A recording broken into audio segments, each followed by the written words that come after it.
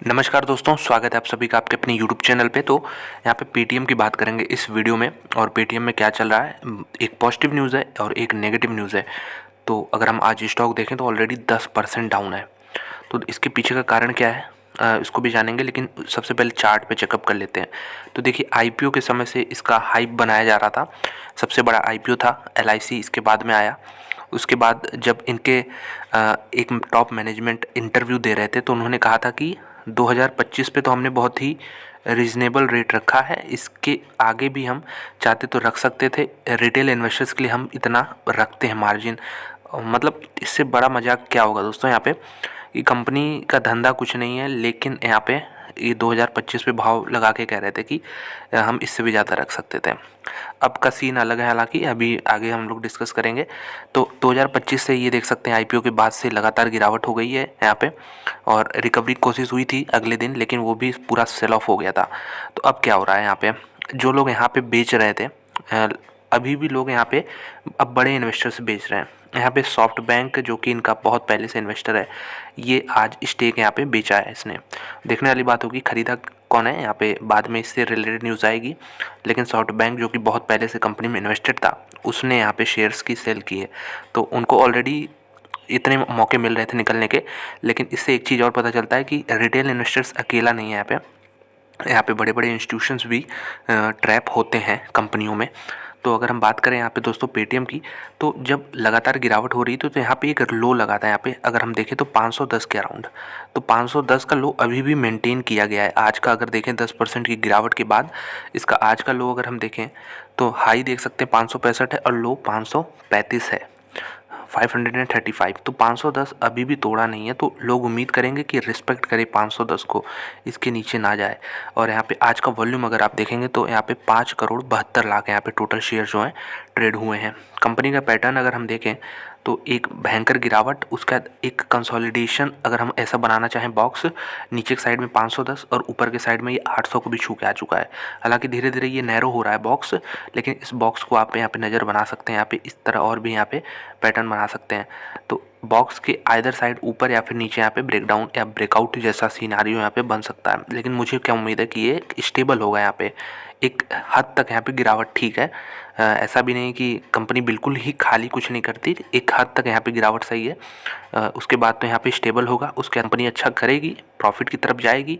यहाँ पे ज़ीरो जो मार्क है ब्रेक इवन का, इसकी तरफ जाएगी। तो यहाँ पे इस कंपनी के भाव में भी आपको बढ़ोतरी देखने को मिलेगी। स्टार्ट करते हैं। अभी हमने देखा कि Q2 के नंबर सारी कंपनियों ने डिक्लेयर किए हैं। Q2 मतलब यहाँ पे Q1 होता है आपका अप्रैल मई जून, Q2 होता है यहाँ पे जुलाई अगस्त और सितंबर क्वार्टर।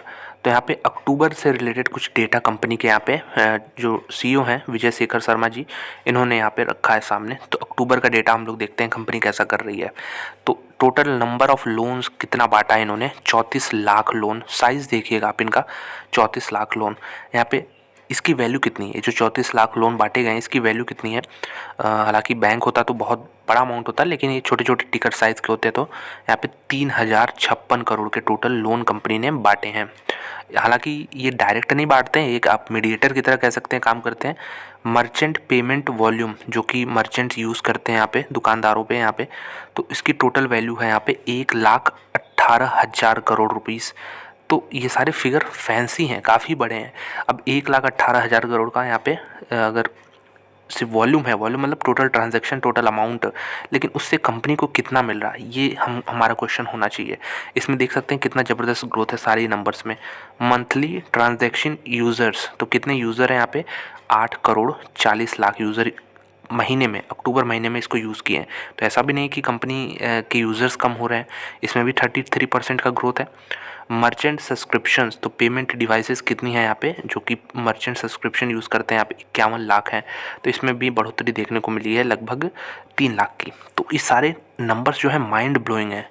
मतलब ऐसा लग रहा है कि कंपनी जो है अच्छा कर रही है, लेकिन फिर क्वेश्चन आता है दिमाग में कि ये तो ठीक है, बड़ा बड़ा साइज़ है, लेकिन इससे कंपनी को कितना फ़ायदा हो रहा है, और उसके लिए हमें इसके क्वार्टरली नंबर्स देखने पड़ेंगे। तो क्वार्टरली नंबर्स भी मैंने लगा लिया है यहाँ पे। सितंबर क्वार्टर में टोटल कंपनी का सेल्स देख सकते हैं यहाँ पे 1404 करोड़ है। ये भी लगातार बढ़ रहा है, पिछले क्वार्टर से भी बढ़ा है, पिछले साल से भी बढ़ा है। लेकिन बढ़ने के साथ साथ दिक्कत तो यही है ना कि यहाँ पे सेल्स का भी जो कंपोनेंट है ये भी बढ़ता रहता है।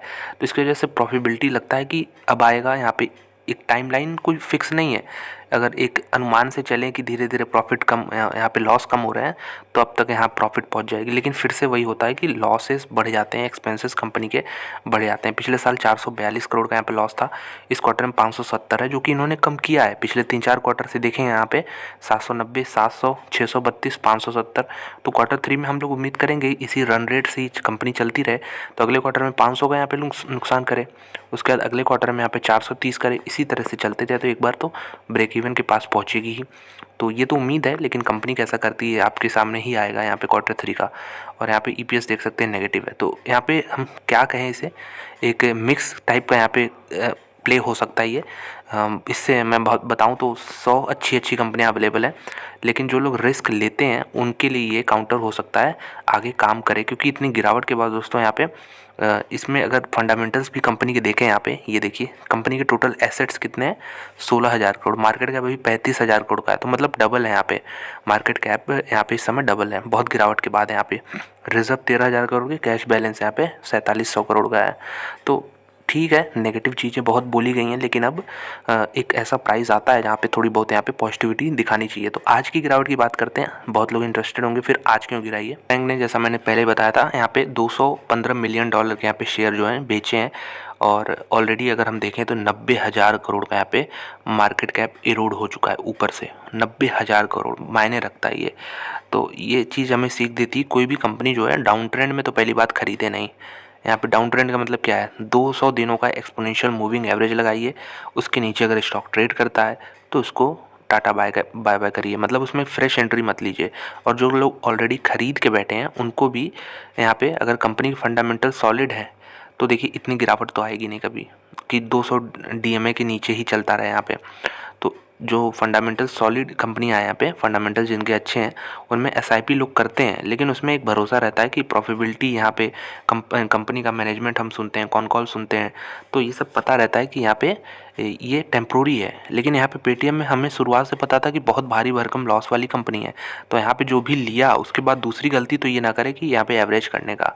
अब जैसा मैंने अभी कुछ देर पहले कहा कि एक तो ऐसा पॉइंट आएगा जहाँ पे ये अट्रैक्टिव होगा, तो 510 का मैंने बताया यहाँ पे लो है, इसको वॉच करिएगा क्लोजली। अगर ये ब्रेक होता है तो फिर यहाँ पे और भी प्रॉब्लम आ सकती हैं, क्योंकि इसके नीचे तो कोई हिस्ट्री है नहीं 510 के नीचे। और मेरा अनुमान है कि यहाँ पे ब्रेक होना नहीं चाहिए। आज 10% की गिरावट जरूर आई है, लेकिन जैसा मैं कह रहा हूँ सॉफ्ट बैंक ने यहाँ पे हिस्सेदारी बेची है, जो कि बहुत पहले के इन्वेस्टर्स थे, इसकी वजह से यहाँ पे गिरावट आई है। लेकिन ऐसा नहीं है इन्होंने बेचा है तो सामने कोई ख़रीदा नहीं है, बिल्कुल ख़रीदा है, किसी ने ऑब्जर्व किया है। इन्होंने जो भाव बेचा है वो 555 रुपीज़ के प्राइस पे बेचा है। अभी कितना है, 539 के आसपास यहाँ पे क्लोजिंग हुई है, 540 के आसपास। तो 15 रुपये नीचे यहाँ पे क्लोज हुआ है, जो कि जिस प्राइस पे सॉफ्ट बैंक ने आज यहाँ पे सेल किया है। तो देखना होगा कौन यहाँ पे बाई करता है। लेकिन मेरे ख्याल से एक पॉइंट ऐसा आएगा जहाँ पे आप इसको अट्रैक्टिव मान सकते हैं। लेकिन फिर वही बात है कि रिस्क वाले इन्वेस्टर्स ही इसको मानेंगे, क्योंकि इससे मैंने बताया 100 सैकड़ों कंपनी अभी इससे अच्छी कर रही हैं। तो यही था पेटीएम का पूरा एनालिसिस। उम्मीद है थोड़ी क्लैरिटी मिली होगी। अगर जो लोग यहाँ पे इन्वेस्टेड हैं उनके लिए भी यही कि यहाँ पे कंपनी के क्वार्टर 3 के नंबर फॉलो करिए। यहाँ पे अगर प्रॉफिटेबिलिटी जो है वो तो अभी इतने जल्दी उम्मीद नहीं कर सकते प्रॉफिट में आ जाए, लेकिन हाँ जो लॉस है वो उसका रेट कम होने का, जो लॉस की कम होने की रेट है वो उसको ज़रूर ट्रैक करिए। और जो लोग इन्वेस्ट करना चाहते हैं वो 510 पे नज़र बनाएं और यहाँ पे थोड़ा कंसोलिडेशन बनाएं। यहाँ पे कंसोलिडेशन हो, एक रेंज में हो, इसको पैटर्न बनाएं, चार्ट पे फॉलो करिए कंपनी को, तभी आपको यहाँ पे थोड़ा बहुत पैसा बनाने का मौका मिल सकता है। वरना यहाँ पे सिर्फ बाई करना, सेल करना तो कोई भी कर सकता है, बहुत आसान काम है। थोड़ा काम करना होगा, इस ऐसी कंपनी पेटीएम पे ट्रैक करना होगा यहाँ पे, और चार्ट्स भी देखने होंगे। तो वीडियो देखने के लिए दोस्तों बहुत बहुत धन्यवाद। अच्छी लगी लाइक कर दें, चैनल पर सब्सक्राइब कर दें इसी तरह के और वीडियोस देखने के लिए।